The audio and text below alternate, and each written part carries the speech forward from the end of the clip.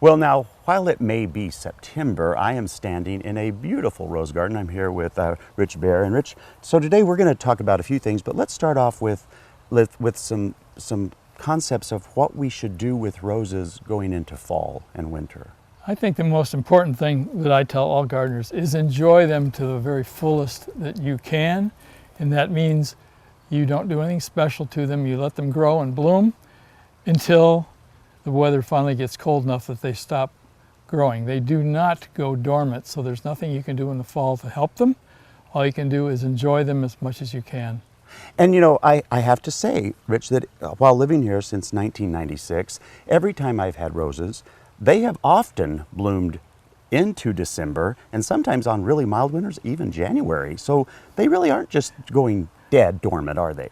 No, and when you talk about having them, I don't think I've ever had January roses because I sort of give up on them in December. But a lot of people cut their roses back in the fall, and they will take roses like this and cut them down because they think they should.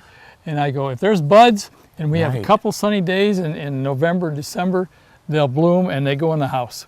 Because you can cut them at any time if you want to. At any time. Why cut all the blooms that are still going to be coming? That's what I say. Enjoy them absolutely as much as you can. If there's buds, you might have blooms and you can get wintertime. My garden's big enough that something's blooming all the way through December. Right. Most people don't have the luxury of having 1,000 roses to pick from. And so then I have to wonder though, what are your thoughts on other things like fertilization and all of that stuff? Is there a concern of timing for that?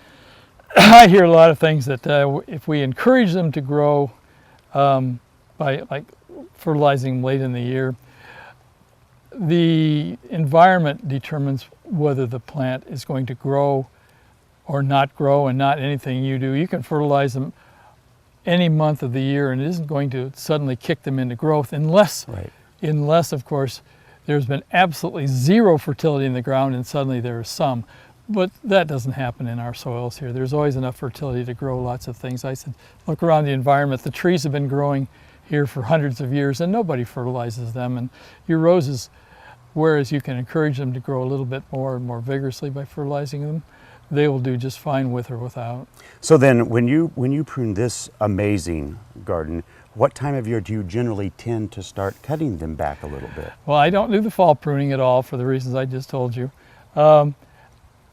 It's big enough, it takes enough time that I usually start in January.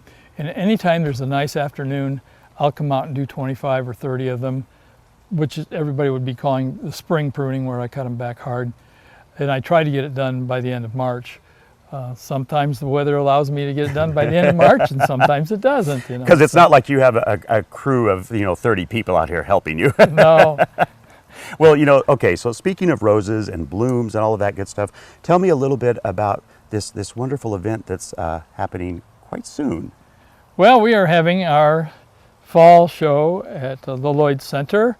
It'll be 2 days. It's open to the public. Anybody that has a rose growing in their garden and they think they have a pretty bloom, we welcome you to come. There's no charge. We will help you if you've never done it before.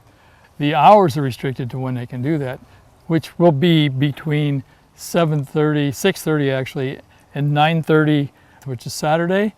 The entries close at 9:30 and the show is judged then from 9:30 to noon, and it's open.